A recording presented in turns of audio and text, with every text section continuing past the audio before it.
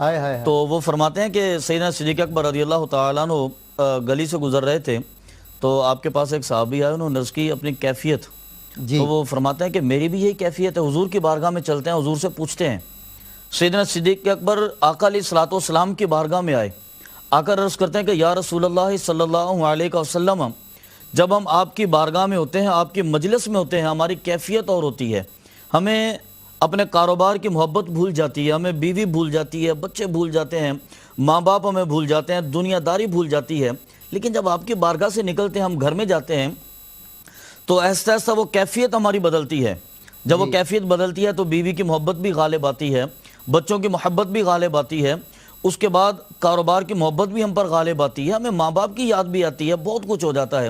تو کریم آقا نے ارشاد فرمایا کہ ابو بکر،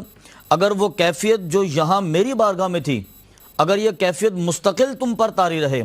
تو خدا کی قسم آسمان سے فرشتے اتر کر گلیوں میں لائن بنا کر کھڑے ہوں اور تم سے مصافحہ کرنا اپنے لیے اعزاز تصور کریں. اللہ اکبر، اس یہ کمال ہے، کتنی بڑی بات. فرمایا کہ خدا کی قسم اگر تمہاری یہ کیفیت جو میری بارگاہ میں تھی، اگر گلیوں میں یہ کیفیت رہے، آسمان سے فرشتے اترے، گلیوں میں لائن بنا کر کھڑے ہوں اور تمہارے ساتھ مصافحہ کرنا اپنا اعزاز تصور کریں. تو گویا کہ امیر خسرو نے تو اس کیفیت کی طرف اشارہ کیا تھا کہ یہ جو ایک مرشد کا تصور ہے، ایک شیخ کا تصور ہے، ایک روحانی ہستی کا تصور ہے، اس ہستی کا مقصد یہ ہے کہ تمہیں یہاں سے پکڑے، ایک ہاتھ میں تمہارا ہاتھ لے اور پھر وہ آقا علیہ الصلوۃ والسلام کی بارگاہ میں اسی کیفیت میں لے جا کر تمہیں کھڑا کر دے.